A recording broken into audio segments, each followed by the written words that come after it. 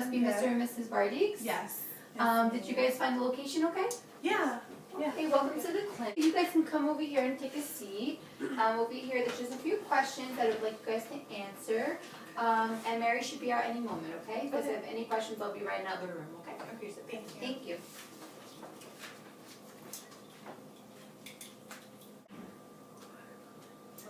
Hi. Hi. How are you? Good, how are you? Okay. So, I know we spoke over the phone, Yes. but I just wanted to, hear a little bit about her. What is she like? Well, she is 12 years old now. 2 years ago, she had an accident. The babysitter was driving, and so they had a car accident, and she had some kind of injury to her brain. The doctor said that she had aphasia. So that's why we're here, because she needs speech therapy.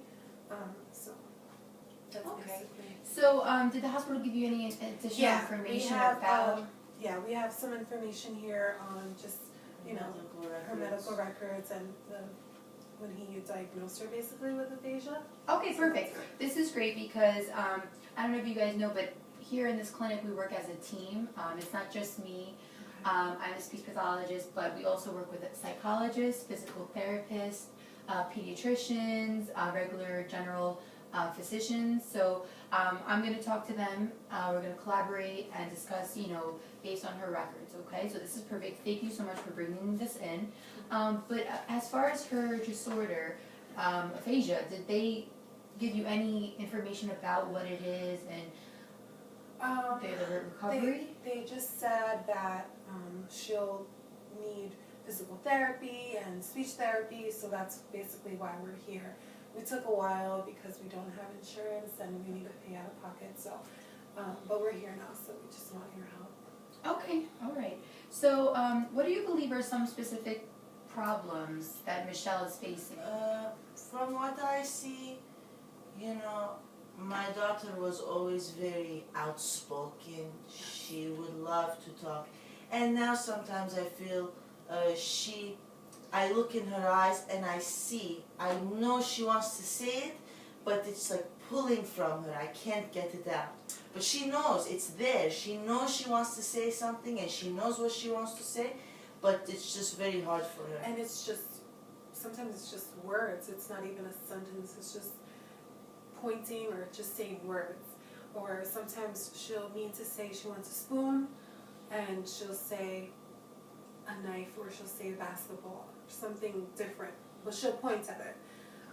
So, we just want her to have full sentences. We want her to speak in. We want her to participate in things that she used to do before the accident. We understand her a little bit better because we are her parents, But when she's out in the real world, these people, it's very hard. They don't understand. They don't know what she wants. If she asks for a knife, my wife will bring her the fork sometimes. But these people will really... Of course. And I understand that this may be very frustrating for you guys because, the hospital wasn't very informative of what aphasia is. But don't worry, I'll go through that with you and, we'll talk about this.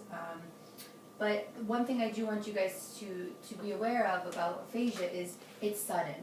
And the changes that an individual may, experience are unexpected. So that's pretty much where the frustration comes out of, because this accident happened, and now you guys are like, why did this happen? Yeah. But all these, habits that you're explaining to me that Michelle is experiencing, it's okay. Okay, her gestures are pointing, that's good. That's something that we don't want to discourage. It's something that we want to still it's something we want to use her gestures and also encourage her to speak more. Okay, so again, it's going to be frustrating, I understand, but I'm here for you. If you guys have any questions or any concerns, I'm going to give you my phone number, my email. You guys can contact me whenever you want. Okay? Thank you. So, does Michelle use full sentences usually, or is it something that she rarely uses? Rarely. If it's full sentence, it's 3 words. Oh, okay. And they're just basically just words. And Sometimes more sound than yeah, or words. sounds or Word, sound, words, sound, words. It's something we want to use her gestures and also encourage her to speak more. Okay, so again, it's going to be frustrating, I understand, but I'm here for you. If you guys have any questions or any concerns, I'm going to give you my phone number, my email. You guys can contact me whenever you want. Okay? Thank you. So, does Michelle use full sentences usually, or is it something that she rarely uses? Rarely. If it's full sentence, it's 3 words. Oh, okay. And they're just basically just words. And Sometimes more sound than yeah, or words. sounds or Word, sound, words, sound, words. Sometimes I feel like she knows what she wants to say, and it won't come out. So like I said, she would just point, or she'll just say a word, but she'll point at it and it's a completely different word. Okay. So it's very frustrating, but she rarely uses full sentences, just once. These are definitely common signs that we see with individuals that have aphasia, but there are many strategies and many treatments that we can use to help someone with that has these symptoms. So don't worry, okay? This is typical. I've seen this a lot. I've been working with this population for about 22 years already, so I have some experience with it, which is nice because I want to help you guys and provide you guys with the information that I have. It's Okay. hard because, we don't know. We want to help our daughter and we don't know, we can't go to the doctor, So we just want to know what we can do, when we are with her to help her get back to who she was. Of course, and I'm going to show you guys later, I have a sheet over here with strategies that I'm going to help, that you guys can use when you're at home with her, and then you can use outside of the home as well. Okay? So before we get into that, I just want to know a little bit about your family, where are you guys from? Well, we live in Queens. I am from here, the United States. My husband's from Armenia. So, his culture is very important in our family. We're very family oriented. We go to church. Michelle used to sing in the choir, and she used to love to paint. So it's very important in our family. Yeah. So as far as the primary language, what is the primary language? Well, English is primary. English, okay. I've been here for over 20 years, but some things never change. I know I have accent, but we try to speak only English in the But house. she's been exposed to the Armenian language, and so she understands it, but we mainly speak English to her. Okay, great.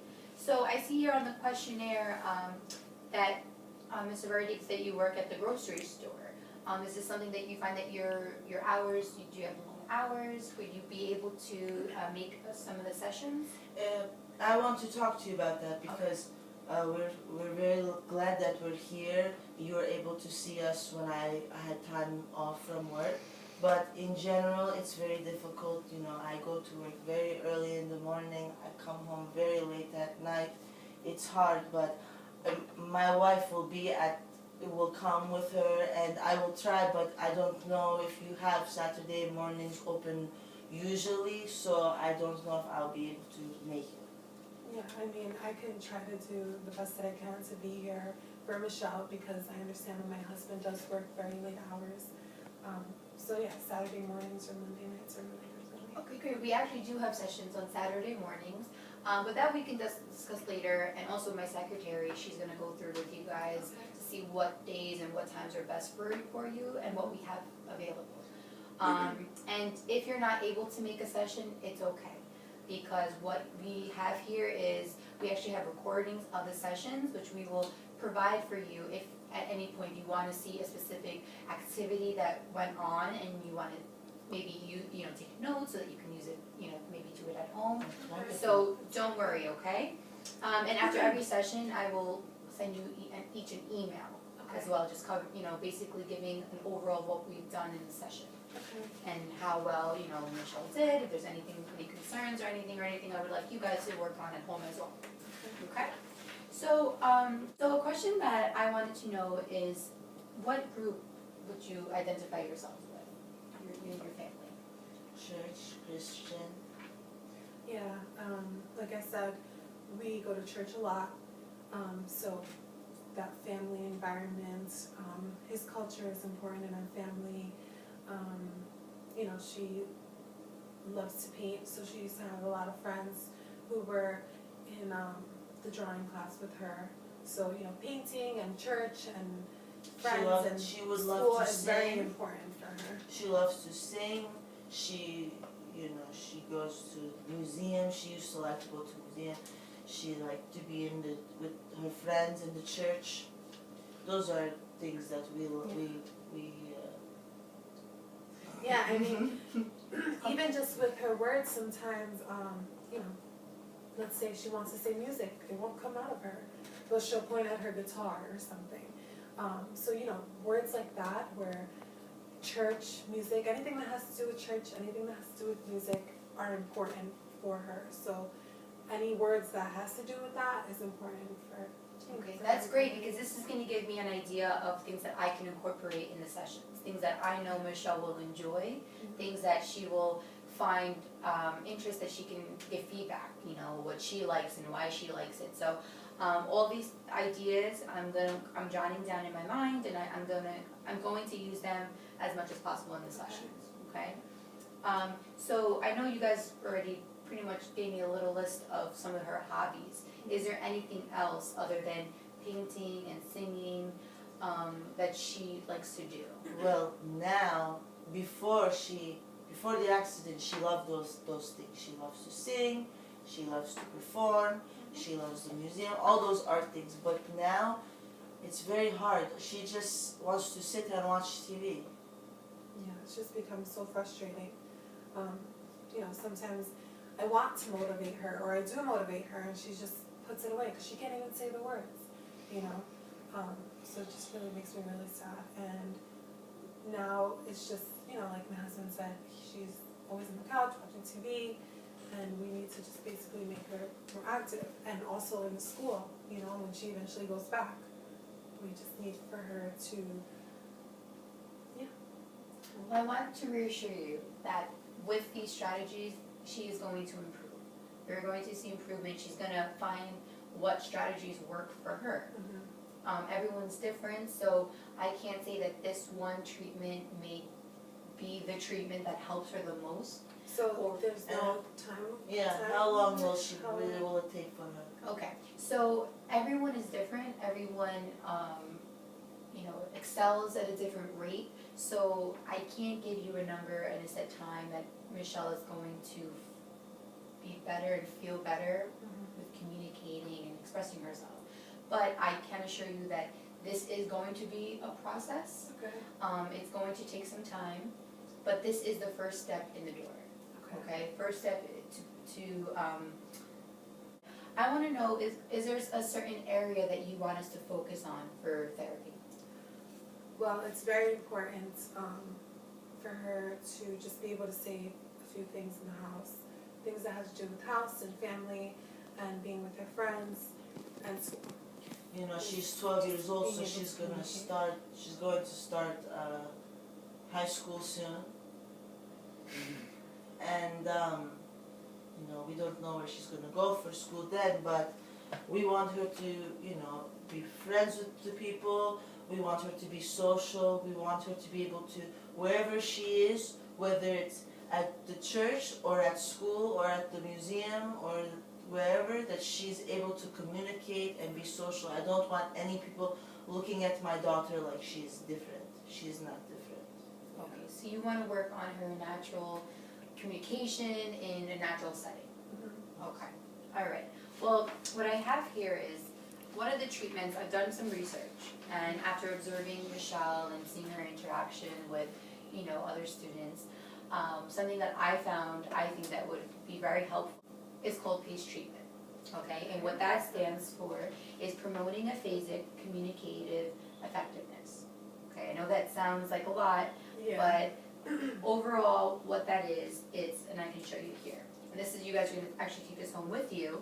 I just wanted to discuss it a little bit here, and you guys can read it over at home. And okay, so what PACE treatment is, it stands for promoting aphasics communicative effectiveness. I know that seems like a lot, but I'm gonna just give you the definition and I'm gonna explain to you what it means, okay, so you can understand it. So PACE is a formalized structure of interaction between the clinician and patient which incorporate components of face-to-face conversation, okay? But what that means is that Michelle and I are going to be taking turns, communicating to each other, and the other person is going to try to understand what the person is trying to say. Okay? Okay, so the way that we're going to do the treatment is that there's going to be a stack of cards, okay? And on each card there's going to be a picture.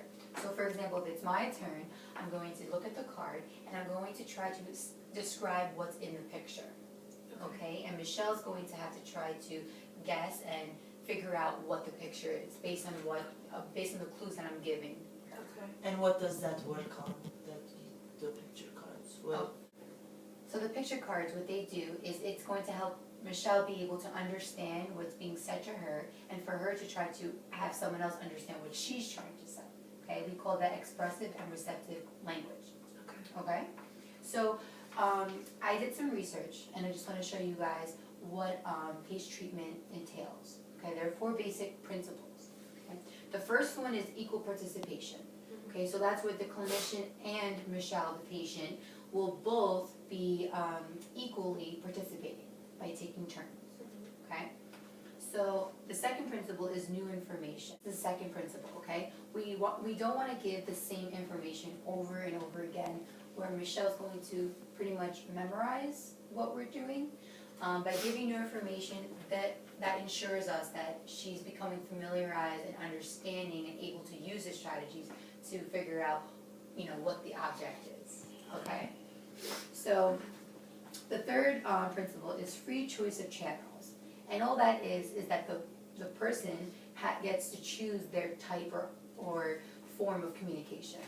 For example, they could use gestures. We already know that Michelle does use gestures by pointing, right? So she could still use that. We do want to still incorporate that. We don't want to just rule that out and just say forget about it, like ignore her when she's using her gestures. That's something we do want to use. Okay? So another thing, the last principle is natural feedback. Okay, so is the person able to understand what Michelle is trying to say? Is Michelle able to understand what I'm trying to say or someone else is trying to say? Okay, so that's all that means. So these are the 4 principles, and I think that these principles can really help Michelle. Okay? And so with her type of aphasia, like how is this really gonna work for her? For type of aphasia, I think the doctor said that it was like not severe. So is that supposed to really help her with that?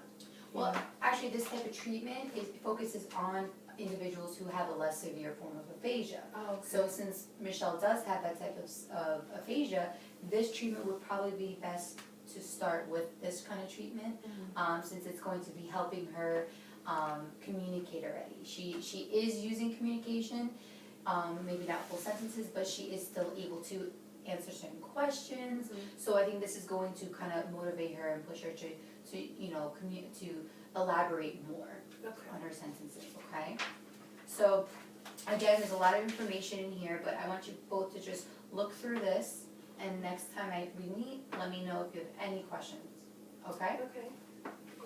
And it also is going to help when we're in therapy and doing the actual activities, and you guys get to see how it's going, and the questions Michelle's going to ask me and what I'm going to ask her. It's going to give you a better idea of what we're doing and why we're doing it. Okay? So the last thing I want to go over today is just some of the strategies. Okay? We're gonna continue adding to this list, but just overall, the first few that I want to focus on is involving the person in conversations. Okay, so I know that you said that Michelle was very involved in school, in church, and she loved to paint. Yeah. These are things that we want to continue getting her to communicate in. Decision making.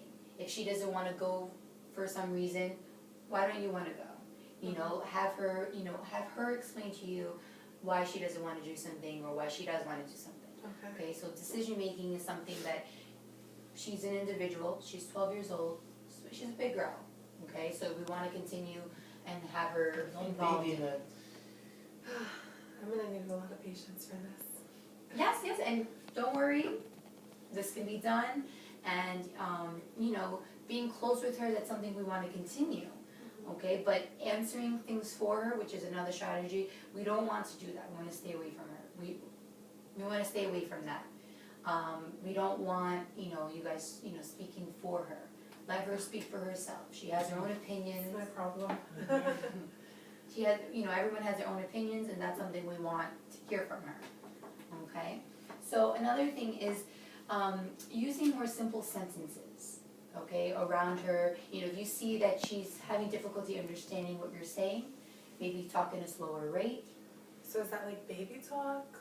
No, it's different in the sense that instead of using more elaborate words, something more basic, more, you know, if you're giving her instructions, basic instructions. Okay. I want you to go here. You know, something, you know, that it's easier for her to grasp and understand what you're trying to say. Okay. Okay? And again, the slow rate. You know, you try to speak a little bit slower. This way it gives her time to, you know, take in what you're saying, process it, and then be able to answer or do whatever you're asking her to do. Okay? And, you know, being active, that's another strategy. You know, this is going to take time. Again, like I said, she's going to have carryover assignments. But, you What know, is carryover assignment? a carryover assignment is almost like homework, in the sense that it's going to be an assignment that is based on what we did in the session. And the reason why I personally like to give carryover assignments is because it gives me an idea. Is Michelle able to understand what we did in the session? When she goes home, is she able to do it on her own? And if she's not able to, then I know that next session I can look at that and we can review it and work on it. That might be a little hard. Yeah, it might be a little hard because of the fact that she has physical therapy also, she has homework, you know, she has a lot of makeup to do basically. So I don't know how much carryover assignment we would be able to do with her. Like, is there any way we can work that out? I can't help her, you know, Yeah, I'm my not husband's there. never home, so. Okay, that's perfectly fine. What we can do is practice. This is going to help Michelle when she goes home see, okay, can I do this on my own? Do I understand what we did last session? Okay, I understand that, you know, it may be very time consuming, and for, you know, 1 week, if you don't find any time where you can actually sit down with Michelle, that's okay. Just let her know, you know, Michelle, why don't you sit down, try to do it on your own. If you have any questions, she can ask me the next session when I see her, and we can go over it together. Okay. Okay, but another strategy here is keeping up with the activities. That's referring to, again, the carryovers along with the strategies. Okay, so along this process, we're going to be reviewing and going over a lot of strategies that will help Michelle. And these strategies, it's very important that we use it every day. Okay, whether you're in church or in the museum or in a park, or if she's in school, these are things that we want you guys to be using with her on a regular basis, and she should be, you know, using, because, you know, if she doesn't see that you guys are using it, then she may seem, well, why do I have to use them? But if she sees, oh, you know, my parents are using them, it gives her an idea of how to incorporate that in her everyday life, it's going to make it easier for it to become natural for her. Okay? So I'm going to give you this as well. You guys can look this over. Is there any other questions that you have for me? For the sessions, how do you do, because like we had mentioned, we don't have health insurance, so how would I have to pay out of pocket, so how does the payment go? Okay, we actually have 3 forms of payments here. My secretary Rita will go over it with you.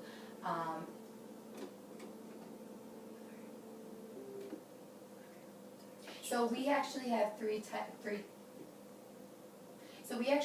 different payment plans. My secretary Rita will go over with you after we meet. She'll show you a few different paperwork so you guys can see which one works best for you. If none of those work, you can come back and see me, and we'll find something that works for you. So, you know, don't worry, we'll somehow make this work. Okay, the best thing is that you guys feel comfortable and Michelle feels comfortable, because again, we're working together. I want you guys to kind of see me as your coach. If you have any questions, if, you know, I'm trying to model what I would like to see you guys doing at home with her. Of course, you know, you don't have to go, you know, step by step how I'm doing it, but these strategies, it's so important that we use these strategies at home so that Michelle will start to use them also. Okay? So if you guys have any other questions, again, you can email me. My card is going to be in the front in the office. Call me, leave me a message at any point in time. And I can't wait to see Michelle. Thank you. Thank you so Okay? much. Thank you. Thank you. It's nice meeting you. Nice meeting you. Oh, don't forget your papers.